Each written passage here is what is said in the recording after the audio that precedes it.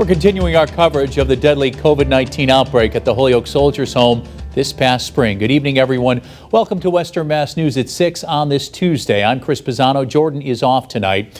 For several hours today, families of veterans devastated by the virus testified before a legislative oversight committee, wanting to make sure something like this never happens again. Western Mass News reporter Sarah Granelli joins us live from Holyoke with today's developments. Sarah.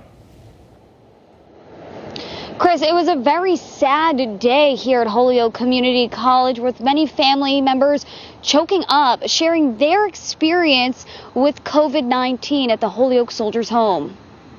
Emotions ran high Tuesday as family members of veterans at the Holyoke Soldiers Home shared their stories of loss, sickness, and uncertainty, testifying before a state legislative oversight committee on Tuesday.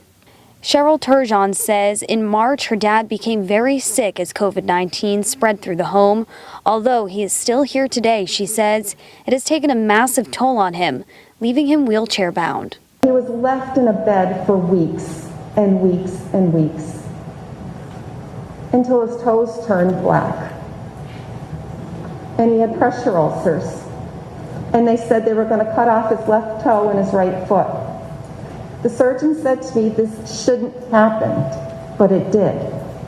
She told legislators the Holyoke Soldiers Home needed more hands on deck. It was a direct result of staffing and not having enough staffing to take care of the veterans during this time. Another man whose father was one of the 76 veterans who died from the coronavirus says the outbreak changed his life forever. But the last memory that I have of my father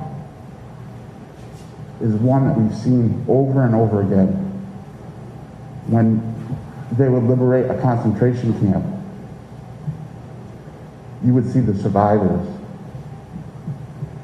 My dad didn't look like a survivor. He looked like he had passed away already.